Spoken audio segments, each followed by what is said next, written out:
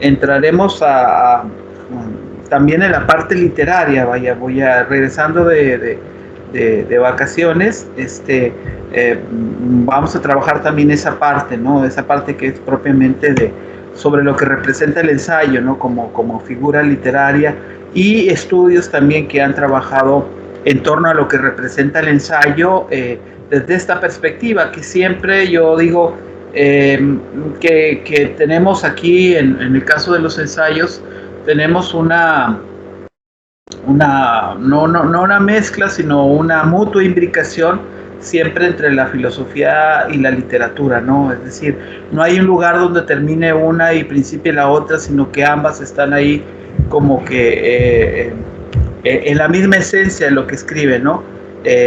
Y ya saben que Montaigne si hiciera una tesis, se la regresaría a su asesor, seguramente, porque cada rato pone citas y más citas y más citas y más citas y más citas. Se pasa citando a Horacio, a Virgilio, a Cicerón, que dice que le cae mal y demás, pero sin embargo lo utiliza a diestra y siniestra, ¿no? Entonces es muy, muy interesante, y sí, lo que haremos a partir de regresando de vacaciones, será eso, irnos por ese rumbo, ¿no? Revisar un poco los puntos que habíamos configurado, que son parte del seminario. Probablemente la sesión del viernes suba algo, así como para un poquito bajarle ya, descansar un poquito. Ya veremos, ya les comentaré. Bueno, pues vamos a iniciar. Patricia, pues te doy la palabra, y yo silencio mi micrófono, y también pues lo silenciaré poco, la verdad, porque también comentaré cosas. Claro. Ahí me escucho, ¿verdad? Sí, adelante. Excelente.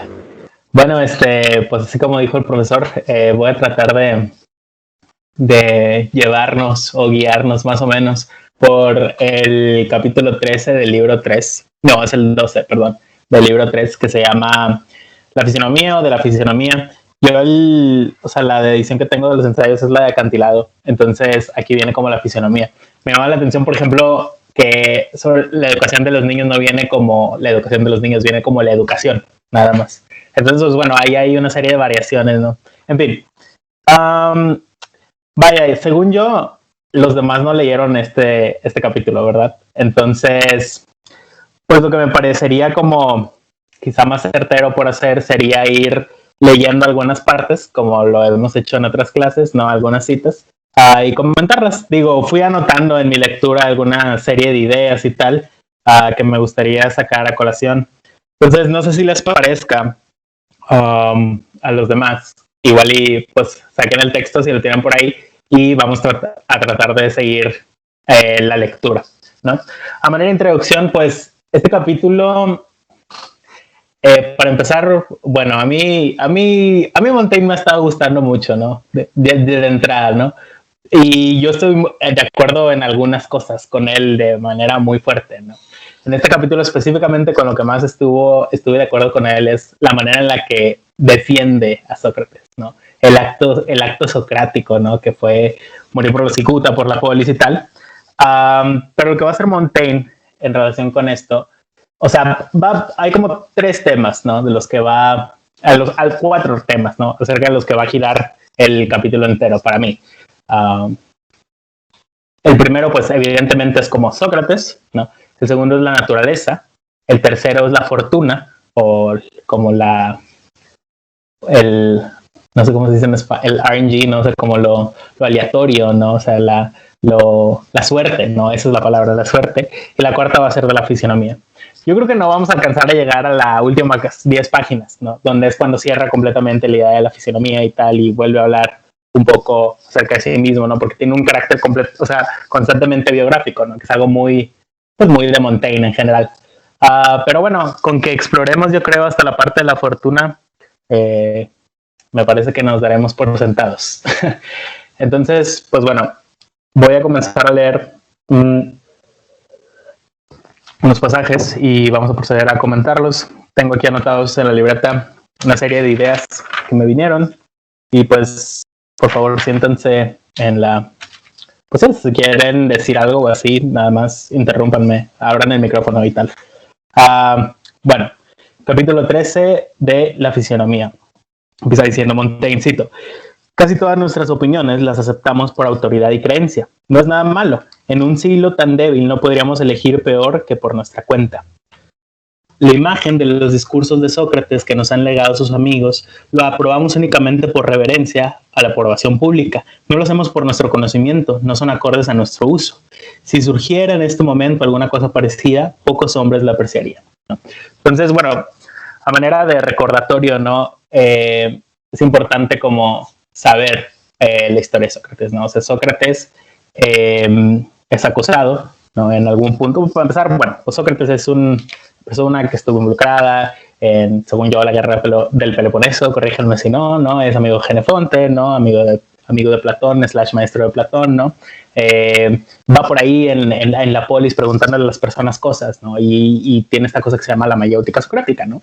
Y unas partes importantes de saber de Sócrates, ¿no? Por ejemplo, es que piensa que el conocimiento las personas lo tienen, ¿no? Y entonces solo lo tienen que descubrir, ¿no? A través de un proceso que se llama la mayéutica socrática, ¿no? Y entonces, por ejemplo, pues yo te lanzaba una pregunta, ¿no? Pues es que tú crees que es la virtud, ¿no? Y le respondían a Sócrates y Sócrates regresaba, ¿no? Una respuesta y tal. Y entonces a través de ese como diálogo, ¿no? Iban saliendo, ¿no? Nuevas como matices, ¿no? Y bueno, algunos diálogos acaban en aporia, otros diálogos no acaban en aporia, que es como, aporia es como este lugar de no respuesta, ¿no? Pero lo importante era ese método, ¿no? Eventualmente, Platón se va a agarrar de algunas enseñanzas de Sócrates. Y bueno, parte importante de la muerte de Sócrates es que Anito, Melito y Licón lo acusan por corromper a los jóvenes. Y entonces, en la apología socrática, por ejemplo, nosotros podemos ver la manera en la que Sócrates contestó, la manera en la que se acusaba, etcétera, lo que creía. Y al final, en un acto completamente político, Sócrates decide pues, aceptar su muerte, ¿no? O sea, por vivir bajo las reglas de Atenas, decide aceptar la muerte y finalmente, pues, muere, ¿no? A manos de la cicota. Entonces, esta primera referencia que está haciendo Montaigne, ¿no? Me llama la atención por dos cosas. Montaigne en este pasaje, en el siglo, que es el XVI, según yo, Francia va a estar no solamente sometida a la peste, ¿no? Sino que va a estar en guerras, ¿no? Entonces, y aparte va a estar la guerra de reforma, de ahí de fondo, ¿no? Entonces, en varios niveles, ¿no? En el nivel de la enfermedad, en el nivel de lo político, ¿no? En lo que significa ser francés, hay un sentido de decadencia muy grande, ¿no? Y entonces, más adelante nos vamos a dar cuenta que lo va a estar comentando, ¿no? Pero ante esta decadencia, apelar a una figura como la de Sócrates, ¿no? A mí me parece que tiene muchísima fuerza, ¿no? Y entonces por eso empieza a decir, ¿no? Como es un siglo de debilidad y tal, y no sé qué, pero aún si y por esa misma razón, si Sócrates estuviera como vivo en este siglo y tal, no podríamos poder como sacar, o sea, como la grandeza de sus acciones, ¿no? Ahora que esta grandeza a la que apela Montaigne es una grandeza contenida, no es una grandeza así avasalladora, gloriosa, ¿no? Y vamos a ver un poco más adelante por qué. Voy a seguir con la lectura un poco. Solo advertiríamos las gracias que son agudas, huecas e hinchadas de artificio.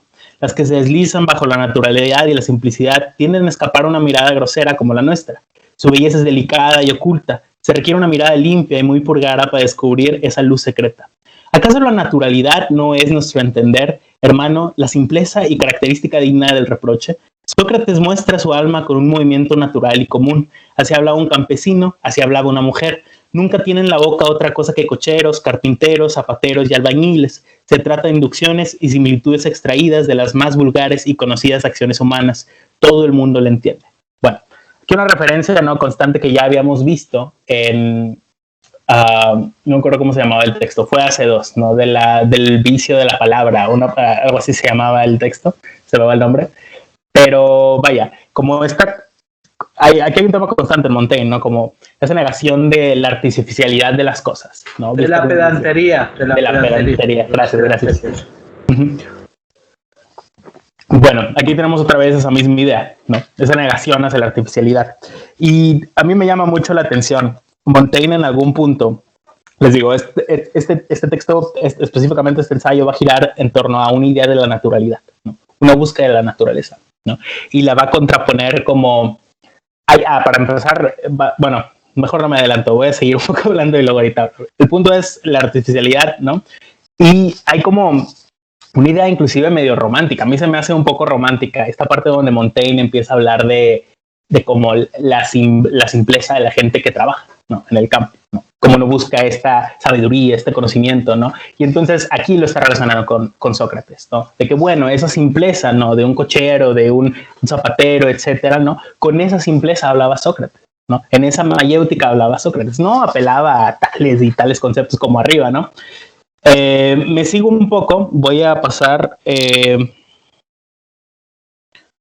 un poco hacia adelante a bueno, aquí mi página es 1548, pero bueno, un poco antes, ok, vamos a pasar una cita que pone por ahí que dice: observar la mesura contiene en el límite seguir la naturaleza, y voy a avanzar un poco ahí.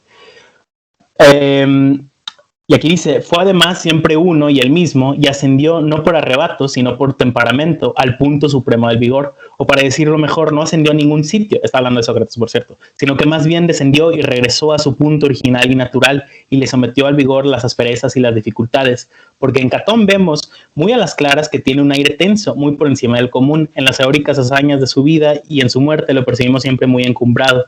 Este vuelve al suelo y con unos andares tranquilos y comunes trata las cuestiones más útiles y avanza frente a la muerte y frente a los contratiempos más espinosos que pueden presentarse con el paso de la vida humana. Es una suerte que el hombre más digno de ser conocido y de ser presentado al mundo como ejemplo sea aquel al cual tenemos un conocimiento más seguro. Le sacaron a la luz los hombres más clarividentes que nunca han existido. Los testigos que tenemos sobre él son admirables en fidelidad y en aptitud. Bueno, esos hombres a los que se refiere la lectura, yo tengo aquí una anotación que son precisamente Platón y Jenofonte. Sigo avanzando. Es cosa notable haber podido dar tal orden a las meras figuraciones de un niño, que sin alternarlas ni extenderlas produjeran con ellas los más hermosos efectos de nuestra alma. No la representa ni elevada ni rica, solo sana, pero ciertamente con una salud muy vivaz y neta. Mediante estos elementos vulgares y naturales, mediante estas fantasías ordinarias y comunes, sin turbarse ni dejarse llevar, fragó no solo las más ordenadas, sino las más altas y vigorosas creencias, acciones y costumbres que jamás hayan existido. Es él quien hizo volver al cielo a la sabiduría humana, donde perdía el tiempo, para restituirla al hombre, en el cual radica su tarea más justa y más laboriosa. Vedle litigar ante sus jueces, ved con qué razones ayuda su valor en los azares de la guerra, qué argumentos refuerzan su resistencia contra la calumnia, la tiranía, la muerte y contra el mal genio de su mujer. Nada de ello procede del arte y de las ciencias, ¿no? Me gustaría señalar aquí esta línea porque es importante. Nada de ello procede del arte y de las ciencias, ¿no? En todo en todo este ensayo, Montaigne va a estar poniendo una y otra vez en tela de juicio a la ciencia, ¿no? Como área de conocimiento. Constantemente la va a estar criticando, ¿no? Y es gracioso, ¿no? Porque precisamente en algún punto más adelante habla de la epidemia, ¿no? No solo de la epidemia como la enfermedad a la que se enfrentan, ¿no? Como es la peste, sino de la epidemia de la guerra, ¿no? Es bastante interesante como esas dos cosas, ¿no? Porque en un régimen social, si tú tienes, si tú tienes en un régimen social una serie de maneras de habitar el mundo y se ven interrumpidas por algo tan conciso, no tan pautado como es la enfermedad y la guerra, en ese momento, pues, ¿de qué te sirve la ciencia? ¿No? Quizás es la pregunta que viene detrás, ¿no? Y Montaigne se lo pregunta, ¿no? Fuertemente, o sea, mira cómo vamos a pasar por ese pasaje, ¿no? Pero mira cómo los peones, ¿no? No se preguntan por ella, no se preguntan cuándo van a morir, ¿no? Y entonces no hay esa búsqueda de la naturaleza que tiene Montaigne detrás como de idea durante todo ese ensayo, se basa en esas premisas, ¿no? En esa totalidad, en esa fuerza que tienen esas dos acciones, la enfermedad y la guerra, ¿no? Y entonces aquí empieza a introducir esta idea de, bueno, ¿y qué tendrán las artes y la ciencia, ¿no? Frente a la naturaleza, ¿no? ¿Y por qué la ciencia y las artes tratan de explicarla, ¿no? ¿Y por qué fallan, ¿no? Entonces, bueno, nada de ello procede del arte y de las ciencias. Los más simples reconocen sus medios y su fuerza. No es posible ir más atrás ni más abajo. Le hizo un gran favor a la naturaleza humana demostrar hasta qué punto llegan sus fuerzas, ¿no? Y entonces, aquí tenemos en conjunto esta idea, ¿no? Una crítica a las ciencias, una crítica al arte, una búsqueda de la naturaleza, y al parecer como que Montaigne posiciona, ¿no?, en este conocimiento de la naturaleza a Sócrates, ¿no?, como su gran defensor. Oye, Patricio, pero también, bueno, aparte de que coincido con tus observaciones, quizás también en esta vuelta a la naturaleza, en esta vuelta a lo sencillo, también está haciendo una lectura estoica, ¿no? O sea, en el sentido de que finalmente tenemos que reconocer, pese a toda la diversidad y pese a todo, digamos, incluso estos esfuerzos de sabiduría y de ciencia, que pertenecemos a la fragilidad del orden de la naturaleza, ¿no? Claro, claro. Sí, y que finalmente una de la verdadera sabiduría reside en principio en saber que estamos en relación con esa naturaleza, en saber que estamos con esa fragilidad, porque el tratamiento de la figura de Sócrates tiene que ver con la recuperación de lo ético, como aquello que es claro, fundamental de la relación con uno mismo y de la relación también con los otros, ¿no? Que como por ahí empezaría, digamos, la verdadera sabiduría frente a la impostura, quizás, de considerar a la sabiduría como algo externo, o como algo pedante, o como algo de adorno, ¿no? También reivindica en esta, digamos, en esta visión de recuperar los testimonios de la gente sencilla, ¿no?, que la verdadera sabiduría está en saber vivir, ¿sí? Y en no plantearse cosas que están fuera también del dominio de uno mismo, ¿no? ¿Sí? Una vida sencilla es también al mismo tiempo una vida razonable, una vida sin demasiadas pretensiones o sin falsas imposturas intelectuales, es una vida razonable en este sentido, ¿no? Pero yo creo que sí está la figura de Sócrates, que de hecho aparece durante todo el capítulo, pero también está la lectura estoica de Sócrates, ¿no? Sí. Y quizás así como cuando habla de este desprecio de la ciencia, quizás contra lo que será después la impostura intelectual que se genera a partir de la visión aristotélica, ¿no? ¿Sí? Claro. Y del conocimiento como algo así propio del bios theoreticos, ¿no? A partir de esta tradición, sí, ¿no?, donde la ciencia y conocimiento se ven como por arriba del sujeto de la sociedad, ¿no? Claro. Sí. Adelante.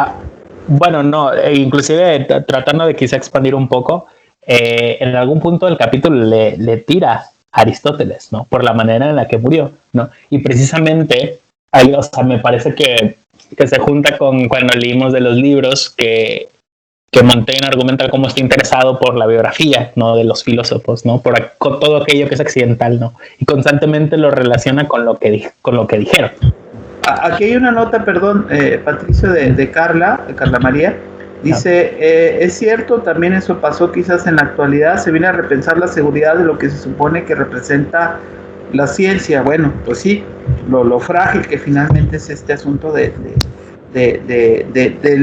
plantearse la vida bajo la seguridad de la ciencia, ¿no? Que no es tanto, ¿no? O sea, finalmente estamos quizás reflexionando sobre la condición que estamos viviendo.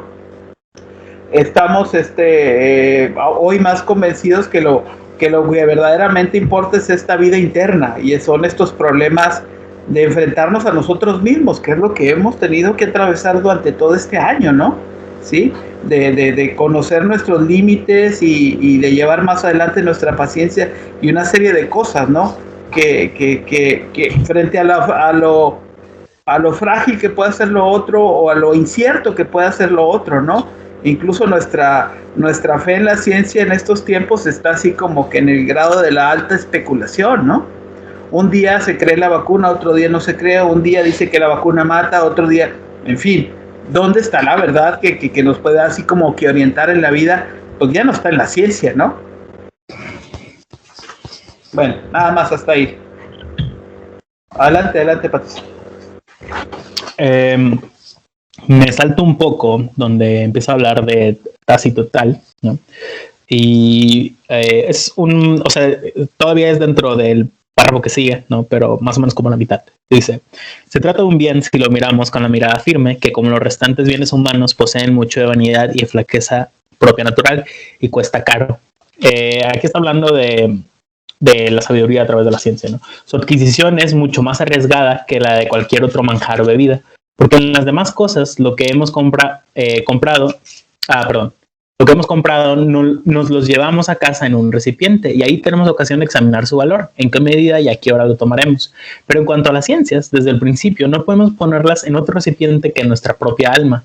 Las engullimos al comprarlas y salimos del mercado o bien ya infectados o bien corregidos. Hay algunas que nos hacen más que estorbarnos y cargarnos en vez de nutrirnos. Y otras, incluso, que con el pretexto de curarnos, nos envenenan, ¿no? Sigo leyendo. Me ha complacido ver en algún sitio a hombres que por devoción hacen voto de ignorancia como de castidad, pobreza o penitencia. Embotar la avidez que nos incita al estudio de los libros es también castrar nuestros apetitos desordenados y privar al alma de la voluptuosa complacencia que nos halaga por medio de opiniones de saber. Y es cumplir opulentemente el voto de pobreza, añadirle además la del espíritu. No necesitamos mucha ciencia para vivir a nuestras anchas, y Sócrates nos enseña que reside en nosotros y la manera de descubrirla y de ayudarse con ella. Aquí volvemos a la idea del conocimiento que tienen las personas, no por ser personas nada más. Toda la capacidad que poseemos más allá de la natural es poco menos que vana y superflua, y es mucho si no nos carga y confunde más de lo que nos sirve. Una mente sana requiere pocas letras, son excesos febriles de nuestro espíritu, que es un instrumento turbador e inquieto. Que una parte importante, recógete, encontrarás en ti mismo los argumentos de la naturaleza contra la muerte, verdaderos y los más apropiados para utilizarlos en caso de necesidad, ¿no? Entonces, bueno, esto ya de alguna manera lo estuvimos comentando. Me voy a saltar al párrafo que viene, que empieza, en verdad son sutilezas, con ellas nos despierta a menudo muy inútilmente, Incluso los autores más precisos y más sabios, fijaos en torno a un buen argumento, cuántos otros esparcen leves y para quien los mire de cerca, sin cuerpo alguno. No son más que argucias verbales que nos engañan, pero en la medida que puede ser con utilidad, no quiero escrutarlos más. Aquí mismo hay bastantes de esta condición, en varios lugares, ya sea tomados en préstamos, ya sea imitados. Por lo tanto, es necesario ir con un poco de cuidado para no llamar fuerza a lo que no es más que elegancia, ni sólido a lo que no es signo agudo, ni bueno a lo que solo es bello. Bueno, yo creo que de alguna manera también ya lo mencionamos, ¿no? Hay un escepticismo muy remarcado en Montaigne, ¿no? O sea, constantemente está dudando, ¿no? Y este escepticismo, o sea, de alguna manera también es socrático, ¿no? Ese cuestionar como constantemente, ¿no? Más adelante, muchísimo más adelante en este capítulo del texto, él va a decir cómo lo único de lo que va a empezar a justificar, ¿no? Justamente estábamos hablando al principio de cómo constantemente se la pasa citando, ¿no? En algún punto de este capítulo se justifica, ¿no? Y dice, bueno, es que, pues sí, en efecto, pues tú puedes llegar a citar a miles de autores, ¿no? Seguidos, y dice, y de todas maneras no saber de qué estás hablando, ¿no? Y entonces hay una parte que a mí me llama mucho la atención porque básicamente lo que está diciendo es como lo importante, ¿no? De citar autores es reapropiarse esos textos, ¿no? Tenerlos como un horizonte de posibilidad, ¿no? Pero atravesarlos, ¿no? Como en una línea argumentativa, ¿no? Esa es la parte importante, ¿no? Que dice Montaigne. Esto lo digo porque en ese estar citando, de alguna manera yo siento que prevalece, y constantemente lo hace Montaigne, hay una crítica hacia los autores que cita en varias ocasiones, ¿no? Hay algunos que, como dice el profe, bueno, pues no le caía bien Séneca, pero de todas maneras lo usa por todos lados, ¿no? Y por ejemplo, perdón, no Séneca, Cicerón. Y otras veces usa Séneca, ¿no? Como en este capítulo un poco más adelante se va a quejar precisamente de Séneca, y lo va a cuestionar, ¿no? Entonces, aún en ese uso de citas, hay un escepticismo de alguna manera remarcado. Y es importante decirlo, ¿no? Porque constantemente cuando habla de los libros, ¿no? O sea, lo que no quiere Montaigne, probablemente lo que caigas es que por ser libro virtuoso, es virtuoso en sí, ¿no? Hay una lectura que tiene que ser hecha, ¿no? Y te tienes que enfrentar a ello. Que inclusive nos podría llevar a preguntar como, que quizá haya una idea del yo ahí metida, ¿no? En esta argumentación, o sea, necesariamente hay un yo que tiene que juzgar ese libro, ¿no? O sea, que no solamente lo tiene que aceptar. Perdón, entonces el asunto, Patricio, es como de alguna manera muy, muy inicial, si tú quieres, pero bueno, Montaigne se erige como un crítico de la cultura o un crítico literario, y al mismo tiempo como una especie de hermeneuta, ¿no? El hermeneuta no tiene que estar necesariamente de acuerdo con el autor, ¿no? Claro. Pero continuamente, como tú dices, utiliza a esos autores para dar cuenta de situaciones que está describiendo del presente, ¿no? Tanto de la naturaleza humana como situaciones así muy específicas, que relata en los diferentes capítulos, ¿no? Pero si yo lo siento así si el ensayo es una forma de apropiarse personal, individual, donde el autor asume una postura, en este caso escéptica, ¿no? Pero también asume la postura crítica de los otros por asumir la propia, o para asumir la propia. Esa sería la condición, porque tú te tienes que diferenciar del otro, aunque lo utilices o aunque te caiga mal, o a lo mejor también es una especie como de juego, ¿no? De juego también, de decir, sí, me cae mal, pero pues en realidad no me cae mal, o me cae mal a veces, pero como quiera que sea lo utilizo, ¿no? Como uno también, o el escritor o la escritora puede decir, bueno, pues este tipo es insoportable, ¿no? Pero sin embargo escribe, pero maravilloso, ¿no? O se dicen tales cosas de este y esto otro, sobre todo en estos tiempos, ¿no? De políticamente correctos, donde, bueno, se cuestiona la vida personal y demás de muchas figuras de la literatura, ¿no? Y hay toda una serie de debates. Sin embargo, bueno, eso no les quita la genialidad de la escritura, y el hecho de que nos sigamos apropiando de sus ideas y las reconfiguremos también, ¿no? Entonces yo veo por ahí esta lectura que hace Montaigne en ese sentido. ¿Carla quiere comentar algo? Sí, adelante, Carla. Profe, yo tengo una pregunta respecto a ese tema que está diciendo. ¿Usted qué piensa eso de dividir al autor de la obra o de condensarlo en uno solo y juzgarlo como persona y como autor ambas?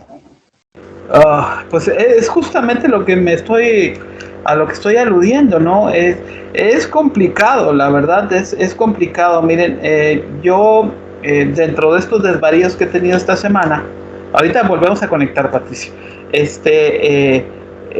Pues sí les dije que he estado pues escribiendo, ¿no? Tengo que escribir un ensayo,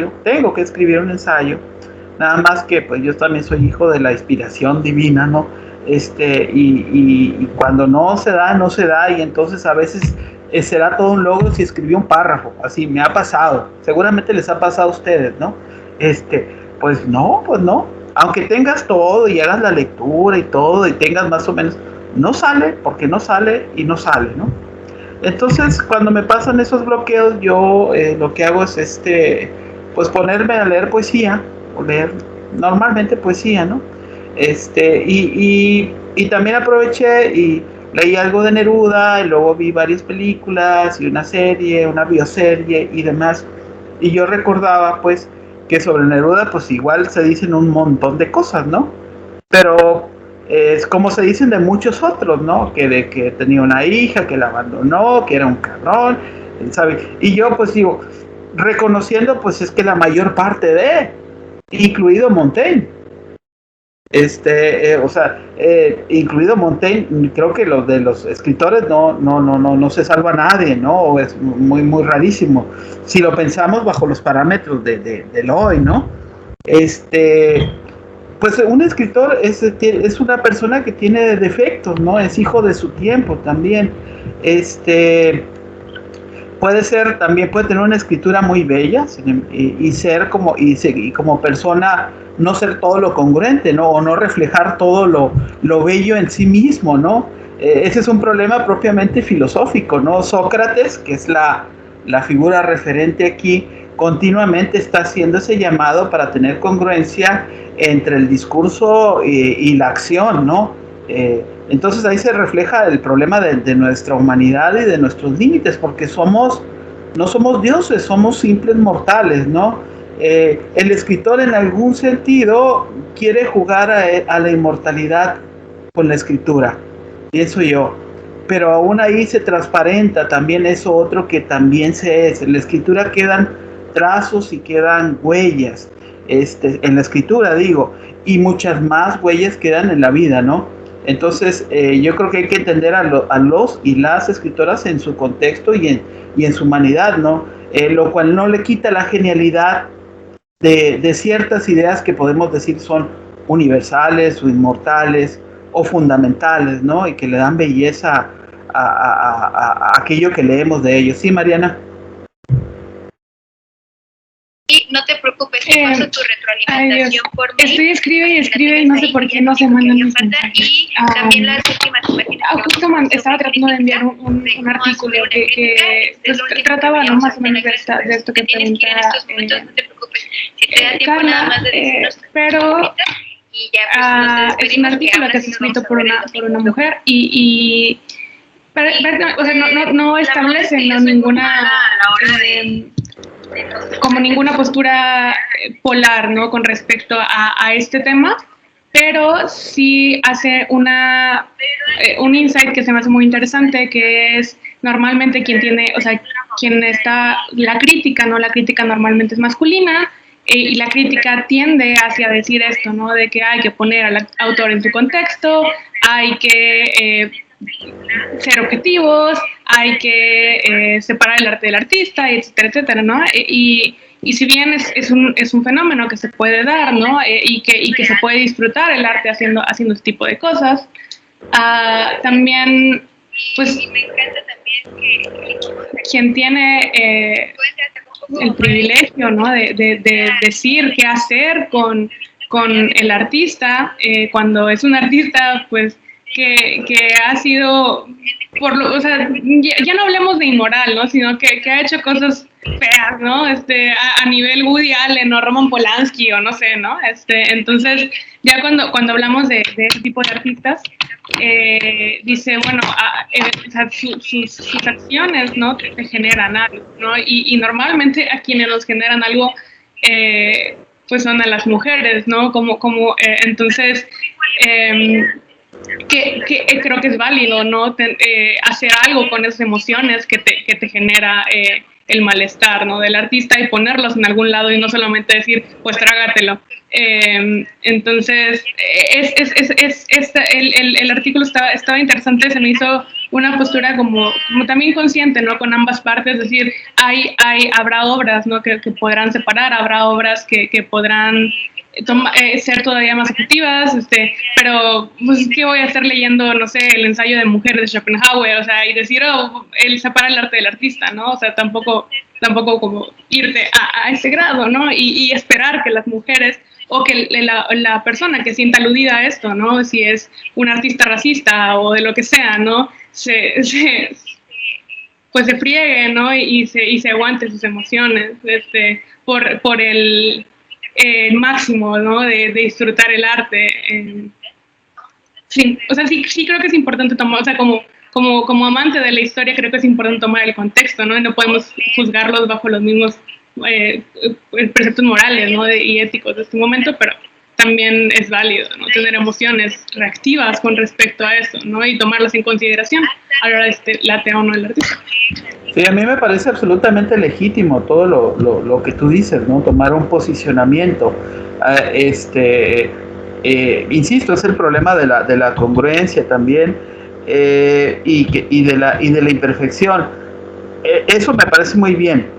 Lo que no me parece, por ejemplo, o lo que me causa ruido, vaya, es empezar la cuestión de las prohibiciones, ¿no? O es empezar o desaparecer, ¿no? O que cosas que suceden o que están sucediendo, ¿no? Pues como aquel sujeto, no sé, Homero, pues era machista o misógino, refleja en un relato, ¿no? Estamos hablando de una figura que ni siquiera estamos 100% seguros que existió, ¿no? Pero que sin embargo es la cultura de la cancelación, como dice Carla María Díaz, pero sin embargo, como es políticamente correcto, pues entonces vamos a quitarlo. Yo creo que incluso también tenemos que ser ahí como como que objetivos ahí, ¿no? Podemos establecer diferentes niveles de lectura, si yo podría pensar eso, ¿no? Diferentes niveles de lectura sin que ello cancele lo legítimo que puede ser eso que tú estás diciendo, ¿no? De estas actitudes donde hay o racismo o misoginia o francamente apología del abuso también, ¿no? Hay ciertas obras y ciertos autores también que creo yo caen en eso, ¿no? Y es válido el ejercicio de la crítica. Creo que es parte también del riesgo también que corre aquel que se aventura a escribir y a decir cosas, ¿no? Independientemente de que sea o tenga o no tenga tales actitudes, una vez escrito el texto, pues también corre estos riesgos, ¿no? De demostrar la contradicción también en el propio texto y en la vida de quien lo escribe, ¿no?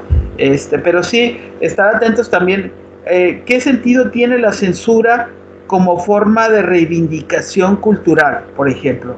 ¿No es mejor tener una conciencia crítica y plantear o hacer replanteamientos para leer en clave hermenéutica distinta, ¿sí? Estas obras? No sé, es un debate en realidad interesante.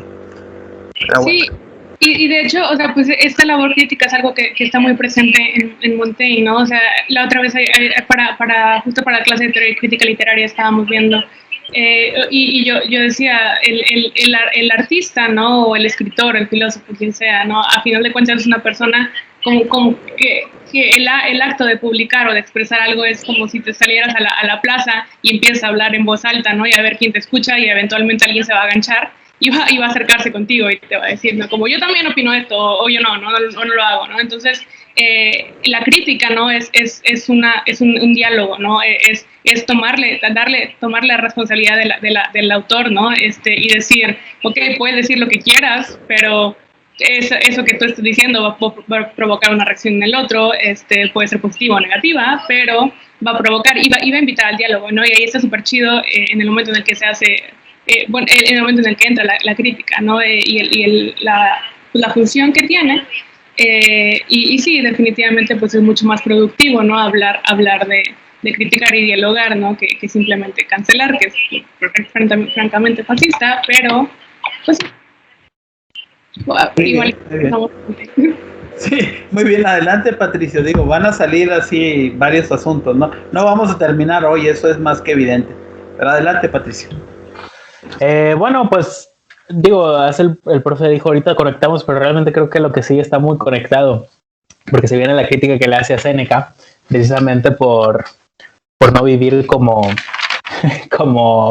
más bien por no morir como dice que la gente debe de morir, ¿no? Y en ese sentido, y justo lo tengo aquí en las notas, ¿no? De que Montaigne, estamos en este debate justo ese momento, ¿no? De que no separa, ahora sí que el libro del artista, pues sí, ¿no? Como el texto del artista, ¿no? De la persona, ¿no? El filósofo. Me recordó mucho al meme del Perico que dice... Perico dice, bueno, no hay que separar la obra del artista, ¿no? Y le dan un doctorado en letras. Pero bueno, un mal chiste, sin duda alguna. En fin, el punto es que bueno, voy a leer este pedazo de aquí, ¿no? Y dice, bueno, creo que me salté, no me salté, es el siguiente párrafo, a ver si lo ven. Algunos ¿En qué página es?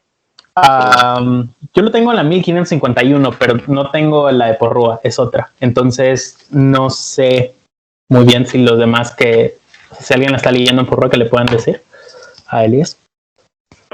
Por favor, y disculpa la interrupción. No, no puedes. Yo también tengo la de Patricio, pero el profe puso que era el capítulo de lo que pues yo pude 12 captar también del libro 3. Este proceso y que ojalá también les sirva y pues también una manera de cierre, ¿no? Que ustedes también. Pero a ver, en este fragmento donde habla de Séneca, es después de toda la reflexión que hace sobre la guerra, ¿verdad? Sí. No. ¿No? ¿O es antes? No, es muchísimo antes. No, es después del pasaje que acaba de leer sobre... a ver. caray. Ya me confundí. A ver, cuando se trata del alma y no del ingenio. A ver.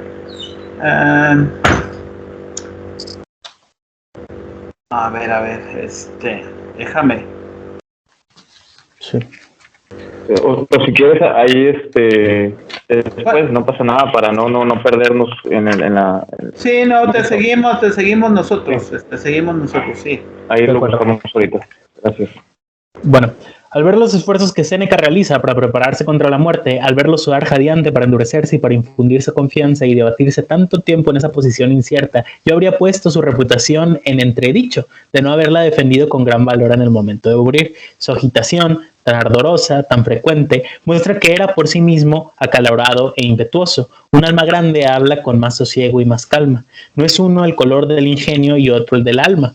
Hay que acusarlo a su propia costa. Y muestra, en cierto modo, que su adversario le acosaba. La manera de Plutarco, pues ser más desdeñoso y más desentendida, es a mi juicio tanto más viril y más persuasiva. Me inclinaría a creer que los movimientos del alma eran más seguros y más ordenados. El uno más agudo nos provoca y eleva de improviso, afecta más el espíritu. El otro, más sólido, nos da forma, asienta y refuerza constantemente, afecta más el entendimiento. Aquel nos arrebata el juicio, lo gana. Aquí me gusta mucho este pasaje, ¿no? Porque creo que el profesor Picos lo ha dicho como constantemente. No solo hay una colección, no, o sea, es que piensa como los filósofos que le gustan a Montaigne. Son filósofos, además de que le guste el latín en general, ¿no? Y cita y así. O sea, recordemos como la diferencia principal, o una de las principales diferencias que puede haber entre la filosofía griega y la que se desarrolla en Roma, ¿no? Es que la romana tiende a ser más moral, ¿no? O sea, tiene que ver más con el vivir del día a día, ¿no? Mientras que, bueno, pues quizás, o sea, sí, ¿no? Hay, evidentemente, para los estoicos hay una metafísica, ¿no? Inclusive ahí de fondo, ¿no? Que puede ser estudiada, ¿no? Pero no, esa metafísica no trata de dar una fundamentación, o sea, no hay una gran respuesta por las cosas, ¿no? O sea, piensen cómo la arquitectura romana, por ejemplo, tiende hacia la utilidad, ¿no? O sea, tiene que ser útil, tiene que hacer cosas, ¿no? Y entonces es una vida como mundana, ¿no? Y es interesante pensar, ¿no? La relación que constantemente habla el profesor Picondo como entre filosofía y literatura, pero Montaigne específicamente también tiene que ver con los autores que agarra, ¿no? O sea, son filósofos, pero son unos filósofos de un tipo bastante específicos, los que les gusta, ¿no? Y entonces es significativa, ¿no? Como pensar en el acto de la escritura, quizás no solo como una manera de conocerse a sí mismo, sino como una manera de vivir, ¿no? Y en esa hay una relación de igualdad ahí, quizá, entre la literatura y la vida, ¿no? Como constantemente, ¿no? O entre la filosofía y la literatura y también la vida, ¿no? Y bueno, y entonces por eso es más importante la crítica que le hace Séneca, ¿no? O sea, si no hubiera sido porque tal y tal y tal, o sea, yo pondría en entredicho todo lo que tú has dicho, ¿no? Bueno, me voy a saltar o sea, Patricio, nada más porque me gustó mucho eso último que dijiste. Sí. Digamos que en la escritura de Montaigne encontramos una autoescritura. Sí, claro. ¿Sí? No, o sea, es decir, es en esta presencia de Montaigne a través de que habla de otros, pero es la autoescritura. Es ese yo que se está evidenciando a partir de la escritura de los otros, ¿no? Sí. Sí, claro. Perdón, y esto es una de las formas también, perdón. No, adelante. De recuperar esto que es muy propio de la cultura grecolatina, de las prácticas espirituales, ¿no? Es una forma, ¿no? Es un ejercicio espiritual, siguiendo la línea de los planteamientos de Pierre Hadot, ¿no? De ver a la filosofía como una, no solamente como una forma de vida, ¿no? Sino un ejercicio terapéutico, ¿no? La escritura de Montaigne es un ejercicio terapéutico de quien se sabe quizás pecador, ¿no? O sea, también, ¿no? Y que de alguna manera a través de esta autoescritura que sirve de introspección, ¿sí? Y que es al mismo tiempo una búsqueda a través de los otros, ¿no? Y donde nos está hablando.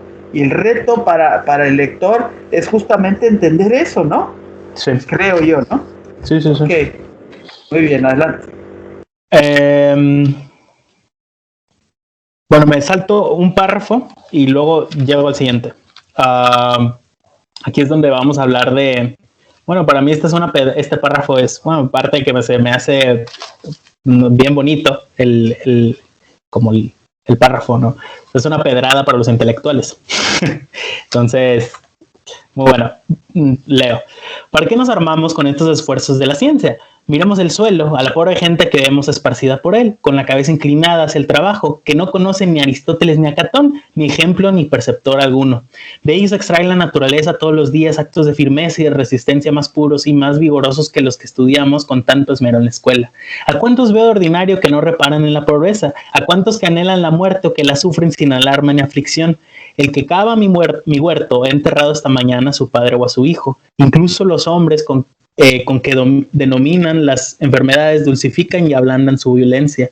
La tisis es para ellos la tos, la disentería, una desviación de estómago, la pleucería es un catarro y con la misma suavidad que las nombras la soportan también. Son muy graves cuando interrumpen su trabajo ordinario, no guardan cama sino para morir. Aquella virtud sencilla y abierta se ha convertido en una ciencia oscura y sutil, ¿no? Entonces, volvemos a la idea que de alguna manera ya estábamos comentando, ¿no? Aquí, o sea, vaya, como yo cuando estaba leyendo este párrafo específicamente sentía como el movimiento como constante, ¿no? Inclusive pensé de alguna manera en José Martí, ¿no? Bueno, José Martí escribe versos sencillos, ¿no? Donde habla, ¿no? Por ejemplo, yo soy un hombre sincero de donde viene la palma y al morir yo quiero echar mis versos del alma, ¿no? No me lleven en la tierra a morir como un traidor, no me pongan en la oscura a morir como traidor, perdón. Aparte de que es parte de lo que se le dice, ¿no? Como el arte menor de las poesías, porque son menos que endecasílabos. Hay como una, o sea, yo pienso mucho en esos versos como una manera de hacerle frente al día, ¿no? Entonces, como esta cosa del trabajo, ¿no? Entonces yo estaba leyendo este párrafo específicamente, ¿no? Y pensaba, pues claro, yo me estoy haciendo no muy virtuoso leyendo esta cosa, ¿no? O sea, si Montaigne me va a estar llevando por todos estos me va a dejar, pero para el otro lado pensando en la muerte. O sea, a mí no me está quitando la pregunta por la muerte, por el contrario, ¿no? Aunque me digan, no, es como si te dicen, no piensas en el elefante rosa que está en la sala, ¿no? Y pues ya estás pensando, no lo puedes ignorar. Y entonces Montaigne me está diciendo de que, bueno, pues es que esa gente no piensa en la muerte, ya, y yo sí lo estoy haciendo, ¿no? A medida que leo esta cosa, ¿no? Pero al mismo tiempo pensaba como en la parte de la enfermedad, ¿no? Como sobreponerse y tal, ¿no? Como la parte del cuerpo. De alguna manera yo siento que en Montaigne, o sea, la parte del cuerpo está presente, ¿no? Y ahí tenemos otra cosa biográfica que me parece importante. En algún momento yo leí, ¿no? Acerca como, pues esto ya lo hemos dicho, ¿no? Como el Renacimiento es el inicio del individuo, ¿no? Como tal, ¿no? Como un sujeto y tal, ¿no? Y pensaba mucho en el medievo, ¿no? Como no hay, o sea, si no hay individuo, no hay cuerpos diferenciados, es pregunta, ¿no? Y entonces como, ¿dónde queda el cuerpo, no? En relación, ¿no? O sea, eres nada más parte de la turba, ¿no? ¿Qué eres, no? Y pensé mucho en por ejemplo, lo carnavalesco de Bakhtin, ¿no? Que es precisamente, Bakhtin habla, ¿no? Como de lo carnavalesco como este momento en el carnaval, ¿no? Donde se anulan de alguna manera las jerarquías, ¿no? Y hay juego, ¿no? Y entonces el bufón podía hacer un chiste acerca del rey, ¿no? Y no pasaba nada, ¿no? Porque era justo un momento en donde la significación como tal entraba, ¿no? En juego, ¿no? Entonces, siguiendo como esa idea, quizás yo pensaría mucho como en quizá lo carnavalesco como un lugar donde el cuerpo salía, ¿no? Donde podía haber momentos de significación individuales y tal, ¿no? Pero bueno, eso evidentemente también en la lectura nada más me desvío un montón. Pero de alguna manera siento que podríamos, ¿no? Como dejarlo en una duda, ¿no? Y si a alguien se le ocurre algo en algún momento, pues sacarlo. Pues también lo mismo, ¿no? Si la autoescritura es una forma de terapia, también creo que hay una terapia del cuerpo, ¿sí? O sea, también porque por los propios rasgos de Montaigne que hemos dicho, ¿no? A cada rato se queja, digo, Montaigne cuando escribe esto tenía menos años que yo, ¿no? Y se quejaba de que le dolía todo, ¿no? Era bastante hipocondriaco, ¿no? Y era un gentilhombre, un burgués, ¿no? Bueno, alguien de la nobleza, o que se dio a sí mismo la nobleza, ¿no? Y que vivía bien y que tenía sus privilegios y sus tierras y sus amistades y todo lo demás, pero que siempre estaba con esa metafísica de la muerte presente, ¿no? Y con esa idea de la pobreza del cuerpo también, como algo continuo, ¿no? dice, en lo que hemos leído por ahí, dice, nuestra Iglesia Católica tiene nuestra creencia, tiene como finalidad, siempre tiene presente la muerte, dice, ¿no? Siempre tiene presente esta condición de transitoriedad, y en todos los capítulos de los 3 libros siempre habla del cuerpo así como fragmentación, desgaste, dolor, ¿sí? Pero lo que pasa es que también hay muertes, digamos, más reconocidas que otras, ¿no? Pero la muerte, sí, más claro. Así, más digna, ¿no? Por así decirlo, pero Montaigne nos dice, pues es que la muerte es absolutamente igual, ¿no? Es absolutamente igual. Ahora, justo me acaba de hacer pensar, yo me pregunto si estos campesinos de los que hablan, ¿no? Sus peones, como literalmente les dice, ellos, Montaigne, pues evidentemente es el burgués, ¿no? Aprende latín y tal, y todo, tiene estos conocimientos detrás, ¿no? Yo solo me pregunto si no hay todavía como un estado moderno, ¿no? Los campesinos son individuos, ¿no? Y quizás la muerte no importa por el hecho de que no lo son, ¿no? Quizás sería una pregunta así muy general, ¿no?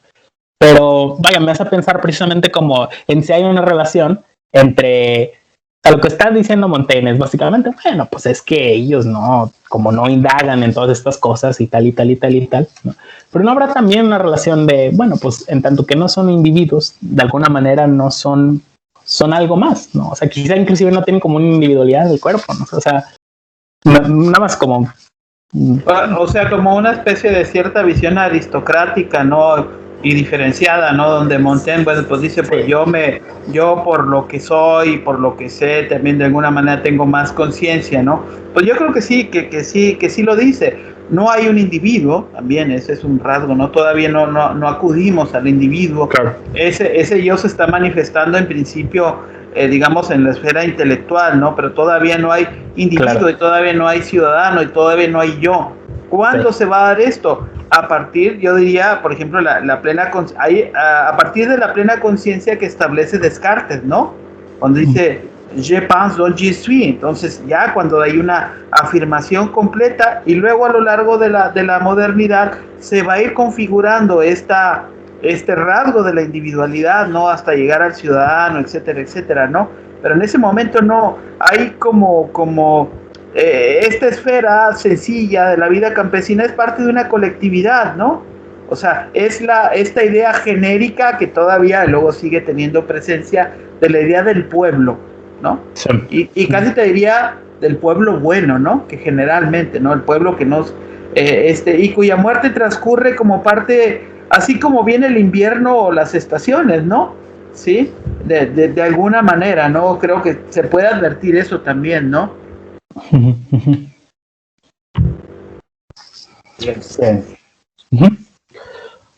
Bueno, voy a seguir un poco más adelante. Oscuro y sutil.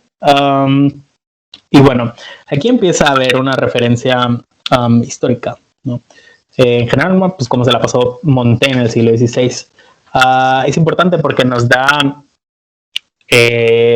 su visión. Básicamente nos está diciendo cómo él la vivió, ¿no? Cómo él la pasó, ¿no? Y empieza a hablar de la guerra. Y un poquito más adelante nos vamos a dar cuenta que hay un comentario acerca de una crítica precisamente al ejército francés, que a mí me llamó mucho la atención. Y un poco más adelante habla de cómo no tiene que haber como acciones violentas, ¿no? En tiempos de guerra, más acciones violentas. Él no le gusta, ¿no? Y tal. Pero bueno, voy derecho, no voy a saltar nada. Dice, escribo esto aproximadamente cuando una fuerte acometida de nuestros tumultos se estancó durante muchos meses con todo su peso justo sobre mí. Por un lado tenía a los enemigos a mis puertas, por otro lado a los merodeadores, peores enemigos. Tengo aquí una cita que dice, Montaigne parece referirse al verano de 1586, periodo en que Castillón, en manos de los protestantes, sufrió el ataque de la Liga, ¿no?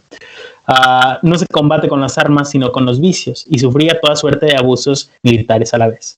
Tengo un enemigo terrible a mi derecha y a mi izquierda, ambos flancos amenazan con mal inminente, ¿no? Esta parte de la guerra es importante porque Montaigne va a destilar un tema aquí que es el de la fortuna, ¿no? Que es el tema que, bueno, ya lo había más o menos dicho que iba a suceder en algún punto, un poquito más adelante se va a notar, pero bueno, monstruosa guerra, las demás actúan hacia afuera, esta incluso contra sí misma, ¿no? Hay una idea bien bonita aquí de Montaigne, ¿no? Que dice cómo la guerra sale como de un intento de regenerar las cosas, pero la guerra al mismo tiempo es la negación de ese intento, ¿no? Y entonces como el concepto tiene la contradicción implícita de su propio sí adentro de sí, ¿no?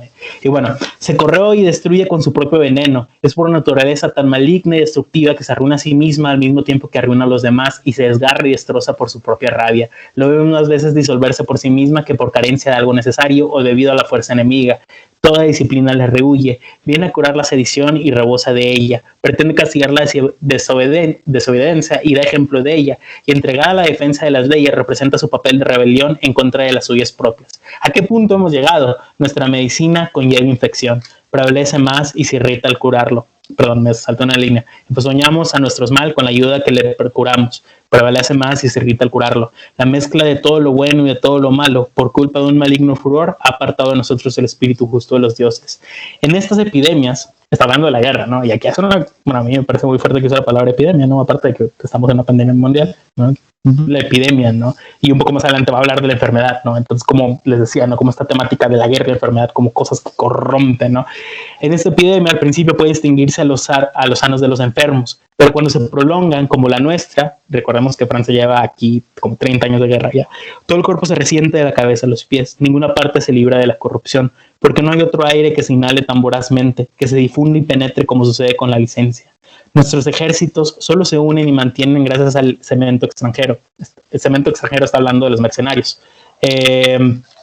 Con franceses no puede formarse ya un cuerpo de ejército constante y regular. Es vergonzoso. No hay otra disciplina en la que nos muestran los mercenarios.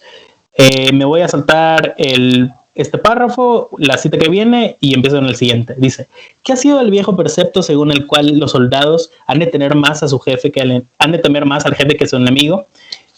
Y este extraordinario ejemplo, un manzano quedó encerrado dentro del recinto del campamento del ejército romano. Al partir al día siguiente, dejó al propietario intactas todas sus manzanas maduras y deliciosas, ¿no? Que está hablando de cómo algunos, o sea, los ejércitos, ¿no? Están o sea, como están tan empobrecidos de alguna manera como ética, diagonal moral, que saquean, ¿no? A sus propios ciudadanos, ¿no? Y entonces empieza a hacer estas referencias, ¿no? De textos como Frontino y Postel, ¿no? Y habla de cómo, bueno, había como una ética, ¿no? En la milicia, ¿no? Y precisamente la pérdida de esta ética en la milicia demuestra como un estilo de decadencia, ¿no? En el siglo en el cual está viviendo. Regresamos a la primera parte donde viene a decir, aún si Sócrates viviera en este siglo, no nos daríamos cuenta de sus acciones, ¿no? Aquí Montaigne, o sea, está quejándose, ¿no? O sea, no le agrada como el estilo de la época, ¿no? Y entonces volvemos a la idea de que por eso esta idea de siento que Montaigne de alguna manera está tratando de ir a lo más necesario, ¿no? a lo que más necesitamos, ¿no? Y en ese intento de encontrarlo, ¿no? Como es la simplicidad sin artificio de la mayéutica socrática, de ahí se agarra, ¿no? Y vamos a ver un poco más adelante el comentario que esto tiene con la naturaleza. Me paso a la siguiente página, o sea, me paso este párrafo, me paso el que viene. Perdón, Patricio, habría, no sé, a mí se me ocurría antes de que inicies, a mí se me ocurría como una proyección de esta idea, hablarte de la crítica implícita a la guerra, ¿no? Y a sus contradicciones, donde la guerra misma se acaba comiendo a todos sus protagonistas y aparte corrompe todo lo bueno que puede existir en la sociedad, y de tal manera que quedan fuera los ideales, quedan fuera las ideas, digamos, emancipatorias o honestas, o los verdaderos motivos, ¿no? Llega un momento en la guerra en que ya no sabes qué es justo y qué no es justo, ¿no? Quién es el malo o quién es el bueno, ¿no? Lo que va a suceder después también como una de las flechas que atraviesa la modernidad en los procesos revolucionarios, ¿no? Claro. Donde cada proceso revolucionario va a terminar comiéndose a sí mismo, ¿no? Pensaba yo en una proyección en la historia de Francia, pensaba en todo el periodo revolucionario de la Ilustración, ¿no? Y luego todo el periodo revolucionario, y luego el terror revolucionario, ¿no? La revolución se come a sus hijos, ¿no? En esta dinámica permanente de la contradicción que significa la guerra y la violencia, ¿no? que luego que se torna absolutamente irracional, ¿no? Y que es terrible y que atraviesa todos los pensamientos de Montaigne porque la vive, ¿no? Y porque forma parte de un bando, quiera o no. Donde tiene que constantemente estar tratando de equilibrar, porque tiene amigos de las dos facciones, ¿no? Ese es un problemón, ¿no? Y su mejor amigo, pues, era protestante, o sea, sí. Entonces esa condición es bastante dramática, ¿no? Aparte de defender sus propios intereses, o sea, sí es terrible esto, pero digo, tiene mucha proyección en este fenómeno continuo de la violencia como forma ya de vida continua, ¿no? Como una forma desgarrada, qué bonito suena eso, como una forma desgarrada de habitar el mundo. Entonces ahí nada más para hacer esa anotación que me parece interesante. Sí. Claro. Adelante, Patricio. Sí. Acabo no vamos a terminar. Sí. Eso es claramente, ¿no? Está bien. Adelante. Bueno, este párrafo, como les digo, pues critica al ejército francés, los valores que tiene, ¿no? Habla del saqueo, ¿no? Hay enfermedad, hay muerte, ¿no? Hay guerra. Entonces me paso al siguiente párrafo, dice, ¿pero acaso hay alguna enfermedad en un estado que merezca ser combatida con una droga tan mortífera? Está hablando de la guerra. Ni siquiera decía Fabión, ¿no? La usurpación del dominio tiránico de un estado. Igualmente, Platón no aprueba que violenta el reposo de su país para curarlo y no acepta la mejora que lo transforma todo y lo pone todo en peligro y que se hace a costa de la sangre y de la ruina de los ciudadanos, ¿no? Como es su caso, ¿no? En tal caso le fija la obligación al hombre de bien de dejarlo todo como está, de limitarse a pedir a Dios una acción extraordinaria, y parece que no le complació que Dion, su gran amigo, procediera de forma un poco distinta. Yo era platónico en este aspecto antes de saber que existía un Platón en el mundo, y si este personaje debe, sin ser más ser rechazado en nuestra comunidad, él, que por la integridad de su conciencia mereció ante favor divino penetrar tan lejos en la luz cristiana a través de las tinieblas generales del mundo de su tiempo, recordemos cómo se acepta como Platón, ¿no? Bueno, desde la patrística realmente, la patrística son como los primeros filósofos del medievo,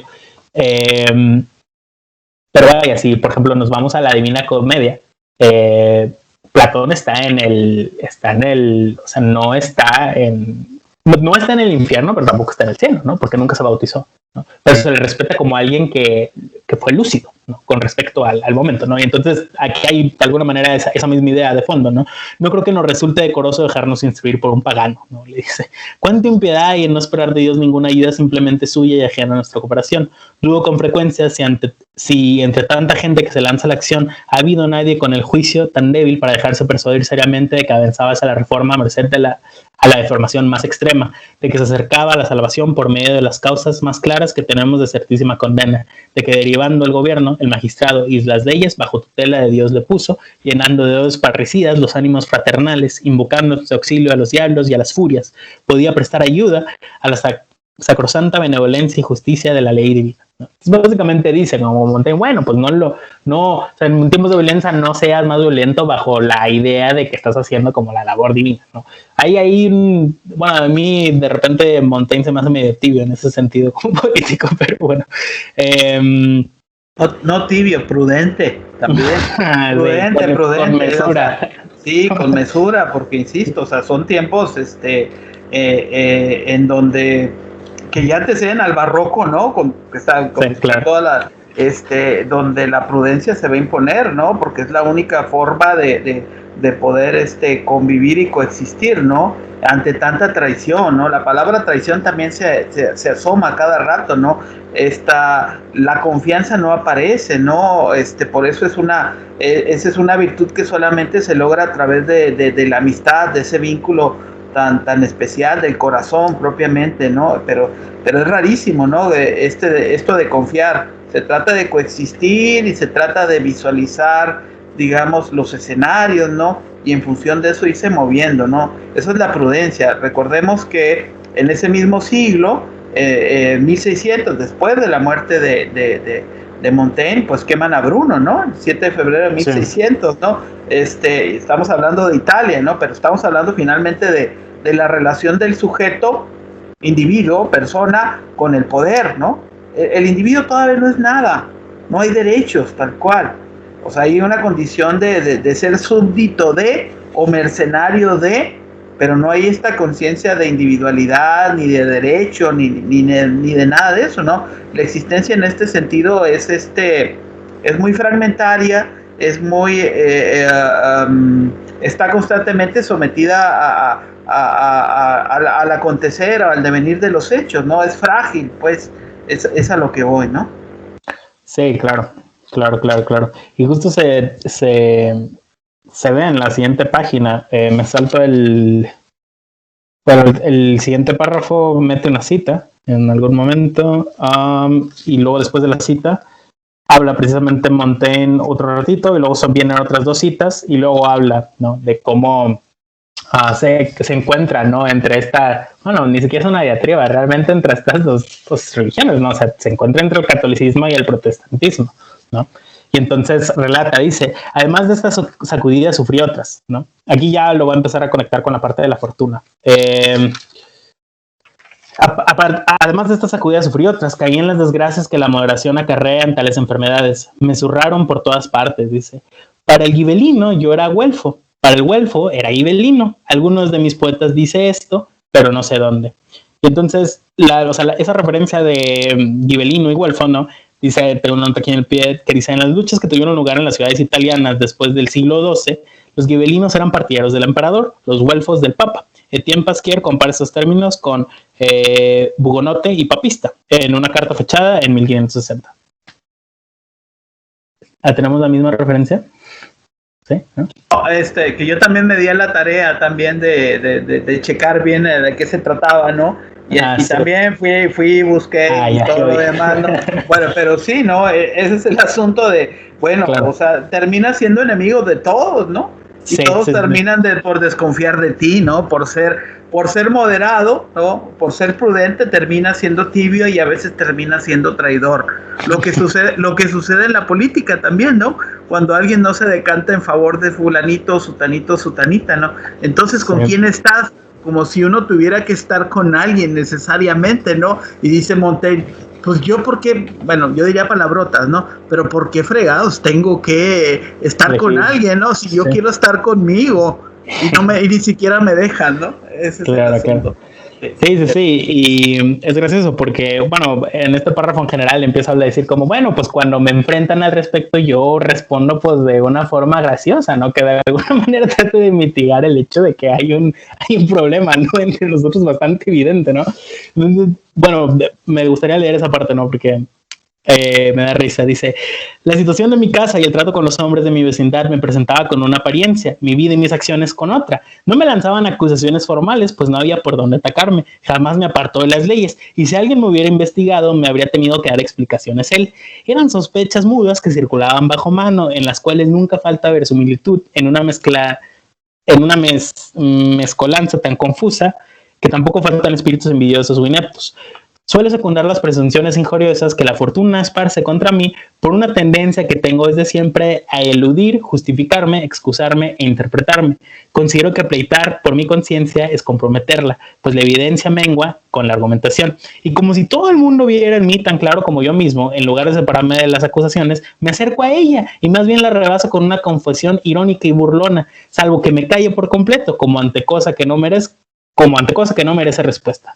Pero quienes entienden esto como una confianza demasiado altiva, apenas me desean algo mejor que quienes lo entienden como la debilidad de una causa indefendible, en especial los grandes, para quienes la falta de sumisión es la falta suprema, esquivos a toda justicia, que se reconozca, que se sienta, no desamparada, humilde y suplicante. Y bueno, ahí está la parte, ¿no? Que dice como, bueno, pues yo respondo de manera burlona, etc. Me salto la cita que viene y el párrafo aquí. Que ya ahora sí empieza a hablar de los infortunios. Creo que esto es ya lo último que voy a decir porque ya no voy a alcanzar a más. Pero, pues bueno, a ver si lo podemos de alguna manera cerrar. Déjenme ver si tengo alguna nota significativa por acá.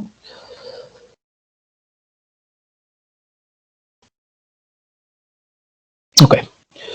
1000 formas diferentes de infortunio se precipitaron sobre mí uno tras otros. Los habría soportado con más gallardía en tropel. Pensaba ya ya a cuál de mis amigos podría confiar una vejez indigente y caída en desgracia. Tras volver la mirada en todas direcciones me vi desamparado. Me recordó esa parte de Góngora, ¿no? Cuando al final se queda sin dinero, ¿no? Está totalmente en la miseria, ¿no? Y le escribe a personas y nadie le contesta, ¿no? Y entonces, bueno, pues el poeta español pues se muere bien pobretón, ¿no? Tras volver la mirada en todas direcciones me vi desamparado, ¿no? Para dejarse caer a plomo y desde tan arriba hay que contar con los brazos de un afecto sólido, vigoroso y provisto de fortuna, honrados si hay alguno. Al cabo advertí que lo más seguro era encargarme yo mismo de mí y de mi necesidad, y si la gracia de la fortuna se mostraba fría, encomendarme con más fuerza a la mía, adherirme a ella, mirarme de más cerca a mí mismo. Hay esta idea, ¿no?, que viene desde un principio, ¿no?, de cuando la gente corre hacia el pasado o al presente. No me acuerdo en qué página viene, según yo lo leímos en algún punto, ¿no? O sea, Montaigne te dice como corre hacia ti, ¿no? Entonces en esa hacerle frente a la fortuna está esa necesidad de meterse, ¿no?, como de un ensimismamiento, ¿no? En cualquier asunto los hombres se abalanzan en busca de apoyos ajenos para ahorrarse los propios, los únicos seguros y los únicos poderosos para quien sabe armarse con ellos. Todo el mundo corre hacia otra parte y hacia el futuro porque nadie ha llegado hasta sí mismo. Ahí está, la cita era de ahí, no era de antes. Y resolví que eran desgracias útiles. En primer lugar, porque a los malos discípulos, cuando la razón no posee fuerza suficiente, hay que advertirles a latigazos, igual que volvemos a poner recta una madera torcida por medio del fuego y de la violencia de las cuñas. Hace mucho que me predico en tenerme a mí mismo y apartarme de las cosas ajenas. Pese a todo, todavía sigo volviendo la mirada hacia los lados. La inclinación, una frase favorable de una cara amable, me tientan. Sabe Dios la carestía de tales cosas que se da en estos tiempos y el significado que tienen. Todavía oigo sin arrugar la frente las seducciones que me dedican para que salga a la plaza pública y me defienda con tanta habladura que da la impresión de que soportaría de más buena gana ser vencido. Ahora bien, un espíritu tan indócil necesita que le den de bastonazos, y cuando el tonel se despega, se abre, se escapa y zapa de sí mismo, y hay que remarcarlo y volverlo a apretar con unos buenos golpes de mazo. En segundo lugar, porque este accidente me servía de ejercicio para prepararme para lo peor. Yo, que merced al favor de la fortuna y a la condición de mis costumbres esperaba ser de los últimos en verse atrapados por la tormenta, resultaba ser de los primeros. Y ello me instruía desde bien temprano a forzar mi vida y a disponerla para una nueva situación. La verdadera libertad es tener pleno poder sobre uno mismo. El más poderoso es quien se domina a sí mismo, ¿no? Entonces, ¿quiero decir algo, Pablo? Que lo vi con mucha intención. Sí, no, lo que pasa es que finalmente uno va coincidiendo con las lecturas, ¿no? Me parece otra vez importantísimo esto que dice, ¿no? La verdadera libertad consiste en ser omnipotente sobre uno mismo, porque recordaba yo a Epicteto, ¿no? Claro. Finalmente de qué cosas son las que dependen de ti, ¿no? La verdadera libertad está en tener control sobre las cosas que dependen de ti. Lo otro lo tienes que asumir como parte de la fortuna. Recordaba Epicteto, pero también recordaba a Boecio, ¿sí? De alguna forma, ¿no? También, sí. Porque pues hay que asumir así como que esta fortuna, este destino, bueno, donde yo sé que finalmente no cuento con nadie, ¿no? Y luego, más que conmigo mismo. Incluso hay una proyección también de esas ideas y pienso también en Maquiavelo, ¿no? Claro. Finalmente el sujeto también no cuenta también más que consigo mismo, y cuando pierde todos sus amigos y todo lo demás, ¿no? Dice por ahí en El Príncipe que algo así como que los hijos, ¿cómo dice la frase? Los hijos olvidan más fácil la muerte de los padres que la pérdida de su patrimonio. Entonces, lo que habla pues de este diagnóstico de la naturaleza humana, ¿no? Sí. Finalmente, o sea, por eso los amigos se cuentan con los dedos de la mano derecha, y no te debes, y aún así no te debes de confiar en que van a venir a rescatarte también, una, porque no les interesa, y dos, porque están igual que tú, sometidos al azar y a la fortuna, ¿no? Entonces, sí. Finalmente es eso, ¿no? Estar continuamente como que en guardia o preparado para este mundo que tiene estas características, lo que de nuevo nos lleva, insisto, a este estoicismo, ¿no? A sí. Aprender a coexistir con la desgracia y con la muerte y con la desaparición y todo esto, ¿no? Sí, inclusive un poco más adelante menciona, ¿no? Como pues es que yo tengo que aceptar el hecho de que en cualquier momento lo voy a perder todo, ¿no? O sea, y habla de la materia y empieza a hablar, ¿no? De cómo En cualquier momento alguien puede, ¿no? En estos tiempos meterse a su casa y llevarse las cosas, ¿no? Y habla de eso, ¿no? O sea, como el sentido de pérdida como que está muy presente, ¿no? Y yo siento que también el texto como que trata no de justificarse, sino de hacer sentido de la posibilidad de perder, ¿no? O sea, y de perderlo todo, ¿no? O sea, ya ni siquiera por una apuesta propia, ¿no? Esa es la cosa, ¿no?